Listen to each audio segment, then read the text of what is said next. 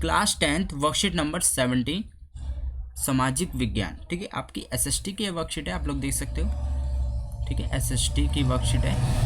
ठीक है, और वर्कशीट का नंबर कितना है 17 और आपकी 26 दिसंबर की है। ठीक है, मैं इसका आज आपको सॉल्यूशन करवाने वाला हूँ। बहुत ही छोटी सी वर्कशीट आई है आपकी ये। ठीक है, और आपको बहुत जल्दी कंप्लीट हो जाएगी। इसमें दिया है रिसोर्सेज एंड डेवलपमेंट। ठीक है, उसका रिवीजन करा जा रहा है, तो उसके हिसाब से कुछ ऑप्शनल वाइज क्वेश्चन दिए हैं और कुछ आपके वन वर्ड दिए हैं, कुछ आपके ट्रू नॉट ट्रू दिए हैं और कुछ आपको सिंपली आंसर के छोटे छोटे क्वेश्चन पूछे हैं। ठीक है, ज़्यादा बड़ा नहीं है। चलिए स्टार्ट करते हैं। जैसे कि क्वेश्चन नंबर 1 में आपको पूछा हुआ है विच of the following is an example of abiotic resources. ठीक है, तो आप लोग इसमें अगर देखोगे तो आपको एग्जाम्पल दिया गया है अबायोटिक रिसोर्सेज के बारे में। ठीक है, तो इसमें आपका ऑप्शन देखोगे फ्लोरा फूना, ठीक है, ह्यूमन, मेटल और एनिमल। तो आपका जो इसमें देखो अबायोटिक रिसोर्सेज में आपका क्या आ जाएगा, मेटल आ जाएगा। ठीक है स्टूडेंट, तो आप डायरेक्ट क्या करोगे, आंसर लिख लोगे। पहले ये क्वेश्चन नोट डाउन करोगे विच of the following is an example of abiotic resources, फिर आप उसके नीचे मेटल लिख लोगे। ठीक है, मेटल आपका करेक्ट है, डायरेक्ट मेटल लिख लोगे और कोई ऑप्शन लिखने की आपको जरूरत नहीं है। ठीक है, क्वेश्चन नंबर 2 में आ जाते हैं। क्वेश्चन नंबर 2 में आपका दिया हुआ which of the statement is true about laterite soil,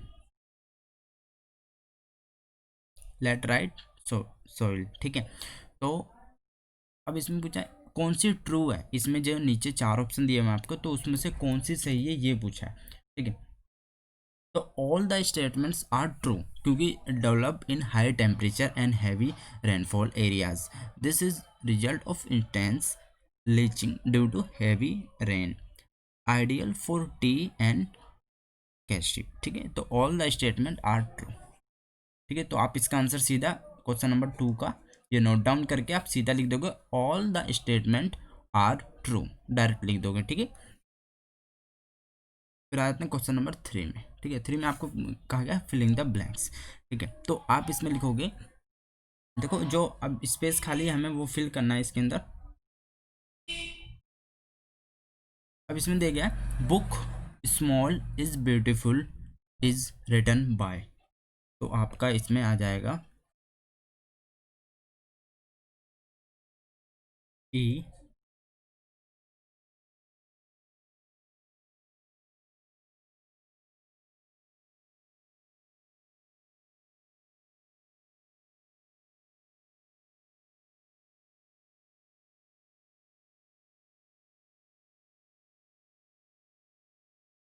ठीक है, ई सेक्यू मैचर, ये आपका इसमें आंसर आ जाएगा क्वेश्चन नंबर 3 का। ठीक है, अब आ जाते हैं क्वेश्चन नंबर 4 पे। 4 में आपका दिया है rewrite the statement after correcting underline statement.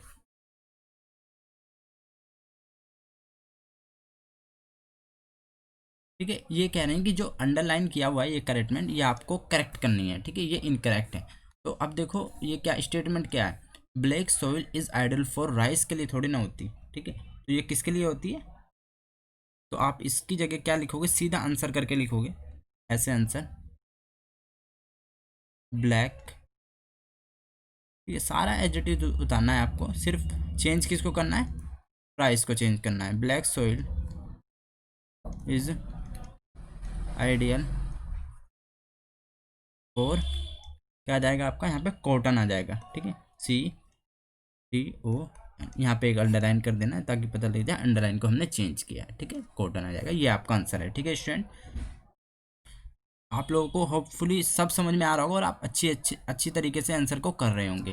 ठीक है, क्वेश्चन नंबर 5 पे आ जाते हैं स्टेट वेदर ट्रू और फॉल्स। ठीक है, ट्रू और फॉल्स बताना है आपको। रिसोर्सेज में be divided into 2 part on the basis of origin. ठीक है, तो जब आप इसे नोट डाउन कर लोगे तो आप देखोगे कि इसमें आपको नीचे दिया हुआ है बताना है ये आपका ट्रू है या फॉल्स है। ठीक है, तो रिसोर्सेज में भी डिवाइडेड इन 2 पार्ट्स, तो आप सीधा इसका आंसर लिख दोगे ट्रू। ठीक है, आंसर ऐसे करके इसके आगे डैश करके ऐसे ट्रू लिख दोगे, ये आपका ट्रू है। ठीक है, 5 आपका कंप्लीट होता है। अब आ जाते हैं क्वेश्चन नंबर 6 पे। ठीक है, 6 आप नोट डाउन करोगे। इसमें कहा है in the question given below there are 2 statement marked assertion A, देखो रीजन, ठीक है, और असर्शन बताया इसमें, तो आप इसमें से बताओगे कौन सा रीजन है और कौन सा असर्शन, इसमें फाउंड आउट करके, ठीक है। It's reason, read statement and choose the correct option, ठीक है। ऑप्शन आपको दिए हुए हैं ये रहे, देखो इसमें रीजन दिया हुआ है, plugging in wrong way is also the reason behind the soil erosion, और आपको असर्शन दिया हुआ है, the denudation of the soil cover and subsequent washing down is described as a soil erosion, ठीक है। तो आपको ऑप्शन दिए हुए हैं कि कौन सा करेक्ट है, तो आप इसमें ए आपका इसमें करेक्ट होगा ये वाला, ठीक है। Both A and R true and R is correct explanation of A, ठीक है, ये आपका आंसर है। तो डायरेक्ट आप ये वाला लिख दोगे, क्वेश्चन उतारते ही क्वेश्चन नंबर 6 नोट डाउन करोगे आप, फिर आप सीधा ए लिख दोगे, ये सब आपको लिखने की जरूरत नहीं है, ठीक है। ए आपका करेक्ट है इसमें। अब क्वेश्चन नंबर 7 में आ जाते हैं। 7 में आपका दिया गया, right an example of renewable resources, ठीक है। रेन्यूएबल रिसोर्सेज का आपको एग्जाम्पल बताना है,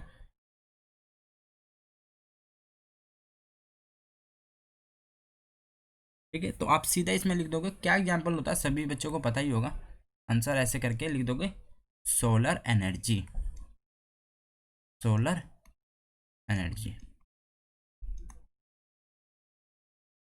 ठीक है। तो ये आपका आंसर है। अब आ जाते हैं हम क्वेश्चन नंबर 8 पे, डिफाइन द सस्टेनेबल डेवलपमेंट,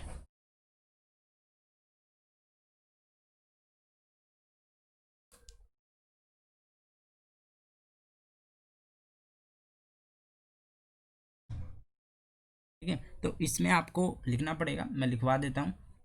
देखो आप लोग लिखोगे इसका आंसर, आंसर नंबर 8, ठीक है। आप स्टार्ट करोगे, और development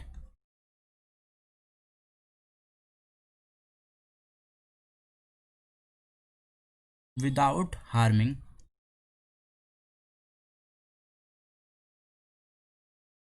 the environment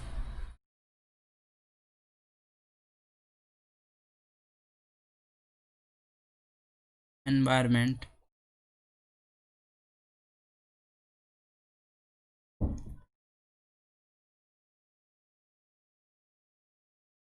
and taking care of the future generation and taking care of the future generation,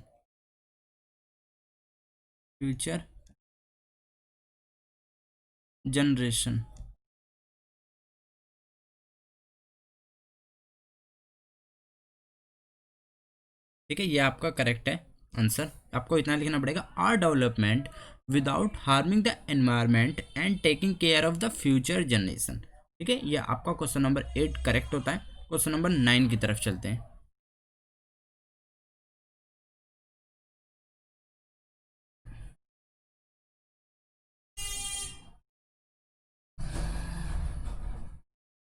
देखो क्वेश्चन नंबर 9 में आपसे पूछा हुआ है, why resources planning is necessary, ये नेसेसरी क्यों है, ठीक है। मैं क्वेश्चन नंबर 8 रफ कर रहा हूँ, सभी स्टूडेंट ने नोट डाउन कर लिया होगा, ठीक है। मैं यहाँ से रफ कर देता हूँ, क्योंकि ये मिक्सअप ना हो जाए 7 के साथ, इसलिए मैं इसको रफ कर रहा हूँ, ठीक है। अब आ जाते हैं 9 पे, आंसर नंबर 9 लिखेंगे हम लोग। इसमें हम लिखेंगे, resourcing planning is essential for sustainable development and conversation of, ठीक है। ये पूछ रहे हैं कि क्यों नेसेसरी होता है, it is necessary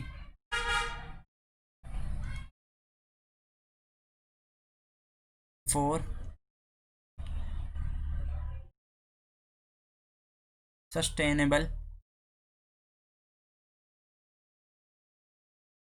development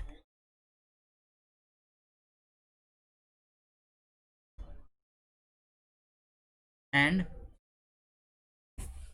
conservation of resources, conservation of resources,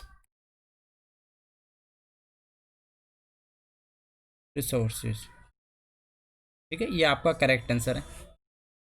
answer number 9, it is necessary for sustainable development and conservation of resources.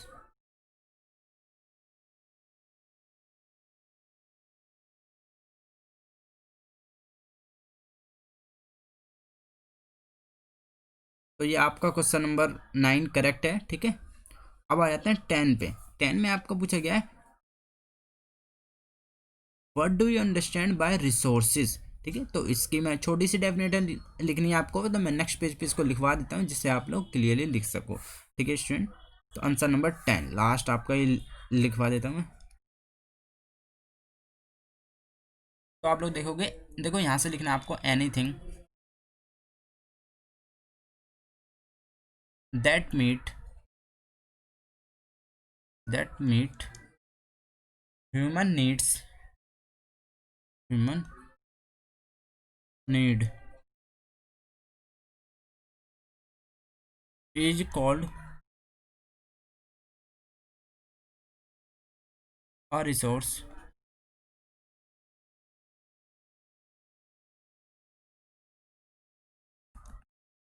such as water,